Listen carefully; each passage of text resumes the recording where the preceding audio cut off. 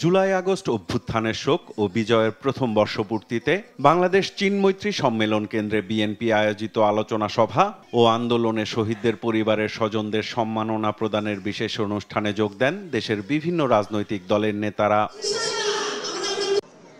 শহীদ পরিবারের স্বজনদের হাতে সম্মাননা তুলে দেন দলের মহাসচিব মির্জা ফখরুল ইসলাম আলমগীর ও জুলাই অভ্যুত্থান বর্ষপূর্তি পালন কমিটির আহ্বায়ক রুহুল কবির রিজভী। প্রধান অতিথির বক্তব্যে ভিডিও বার্তায় বিএনপি চেয়ারপারসন খালেদা জিয়া গণতান্ত্রিক আন্দোলনে শহীদদের প্রতি গভীর শ্রদ্ধা জানিয়ে দ্রুত বিচারের দাবি জানান। গুম, খুন, বিচার, বহির্ভূত হত্যার শিকার যারা হয়েছেন তাদের তালিকা প্রস্তুত করতে হবে। দ্রুত বিচারের ব্যবস্থা ও রাষ্ট্রীয় স্বীকৃতি নিশ্চিত করতে হবে।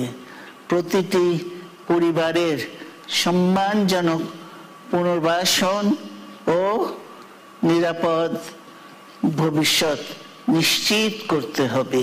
নতুন দেশ গড়ার সুযোগ কাজে লাগানোর তাগিদ দেন বিএনপি চেয়ারপারসন। সর্বোপরি বাংলাদেশের স্বাধীনতা সার্বভৌমত্বকে রক্ষা করতে হবে।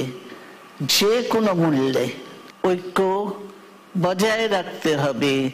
আসুন আমরা সবাই মিলে শহীদ জিয়ার স্বপ্নকে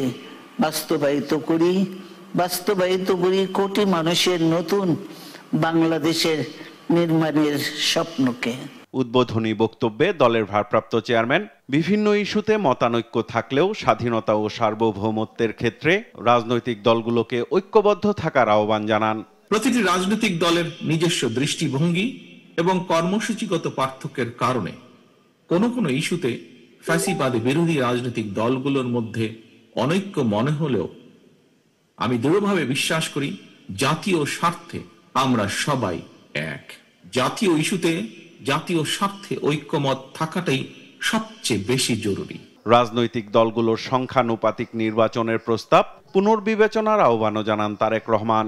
সংখ্যানুপাতিক নির্বাচনী ব্যবস্থার আড়ালে পুনরায় দেশের রাজনীতিতে নিজেদের অজান্তেই পতিত পরাজিত পলাতক ফ্যাসিস্ট অপশক্তির পুনর্বাসনের পথ সুগম করে দেওয়া হচ্ছে কিনা এই বিষয়টিও আমাদের প্রত্যেকের অত্যন্ত সিরিয়াসলি ভাবা দরকার।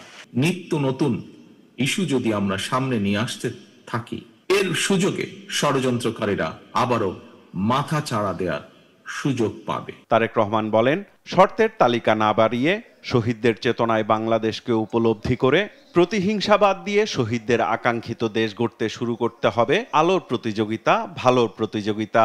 শহীদদের কাঙ্ক্ষিত বাংলাদেশ প্রতিষ্ঠার জন্য শুরু হোক আলোর প্রতিযোগিতা, শুরু হোক ভালোর প্রতিযোগিতা। সাইফুল রিপন, দেশ টিভি, ঢাকা।